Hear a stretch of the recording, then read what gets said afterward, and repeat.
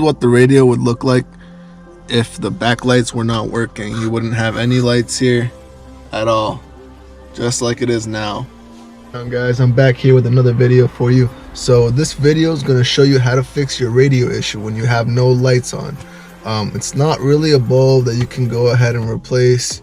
You have to solder some things, get a kind of get the connection back in where it broke, if that makes sense. Could not record me opening up the radio and showing you what to do. I think there's a lot of videos on YouTube about that. You can go ahead and search that up. What you're gonna see in this video is the process which the radio would already be open. I will put in the comments below some guidelines, so if you need any help, feel free to message me, comment, and I hope you guys enjoy this video.